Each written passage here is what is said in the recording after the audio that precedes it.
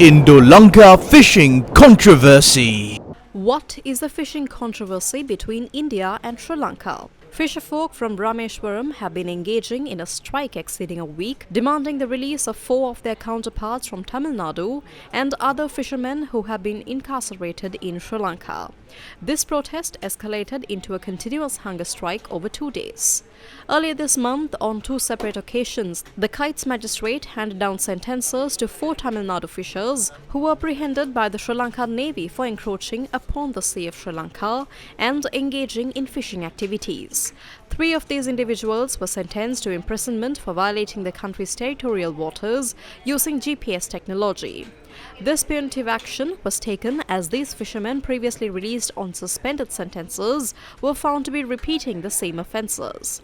However, the protest was suspended yesterday evening following a meeting between the fisherfolk and Kadarbacha Muthurangalingam, a representative of the ruling Dravida Munnetra Kalaham party, acting on behalf of the Tamil Nadu state government. Last Tuesday, the Rameshwaram fisherfolk had initiated steps to surrender the state documents pertaining to their profession to the government.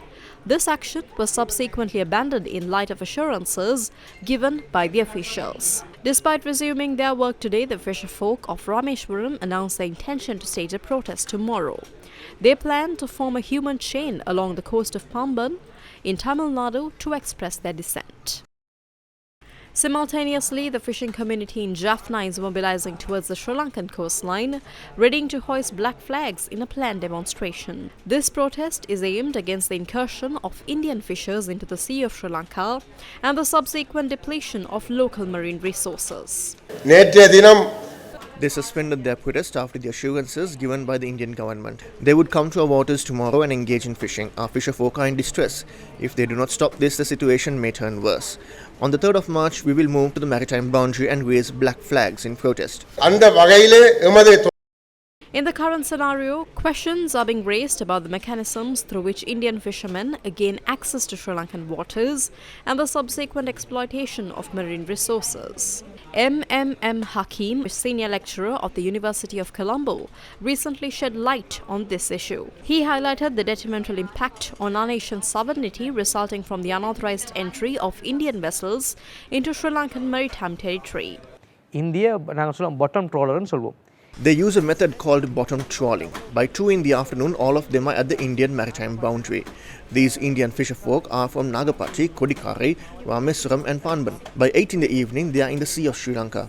By 10 at night, almost all Indian boats are in the Sea of Sri Lanka. By 1 in the morning, around 2,500 Indian boats are in the Sea of Sri Lanka. They engage in fishing on Monday, Wednesday and Saturday. Thereafter, they turn back. Legally, this is a threat to the country's sovereignty. It violates the Indo-Sri Lanka agreement. In addition, there is an issue whether the Indian government is approving of their fisherfolk entering the Sea of Sri Lanka and violating the country's sovereignty. What stance does the Indian government hold regarding this crisis? In the interim, Anitha Radhakrishnan, the Fisheries Minister of Tamil Nadu, expressed that the current stalled dialogues need to be resumed in order to address the Indo-Lanka fishing controversy. What is the perspective of the Sri Lankan government? Minister of Foreign Affairs Ali Sabri, speaking on Newsline, shared his insights on the matter of fisheries disputes between the 2 nations. So, when speaking of the sovereignty, one of the key questions that comes into mind is the whole encroachment of Indian fishermen into the Sea of Sri Lanka. Now, we've got the Sri Lanka Navy weekly issuing statements that, we captured a number of fishermen and their boats, and then, you have legal action also being taken against them. Now, this has been continuing for a long time, including Sri Lanka's resources being poached using the bottom trawling mechanism. What is Sri Lanka doing to address this? We continue to talk to the Indian side on a case-by-case basis. This is an ongoing problem for a long period of time.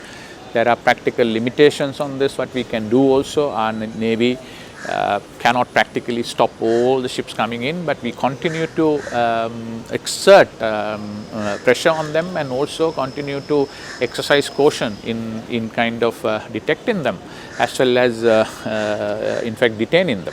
So you would have seen that yesterday in Kachati, the Tamil fishermen did not take part from Tamil Nadu on the basis that Sri Lanka is harassing them. So we can't escalate this into a full-blown conflict with 2 countries, but in a pragmatic manner we are trying to resolve it. We also have told them bottom trawling is very dangerous and that will kind of destroy the fishing resources, not only for the Sri Lankans but for the entire world.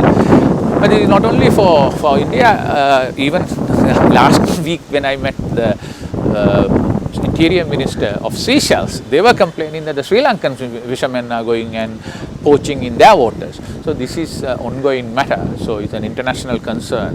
IUU is illegal and unregulated fishing or overfishing.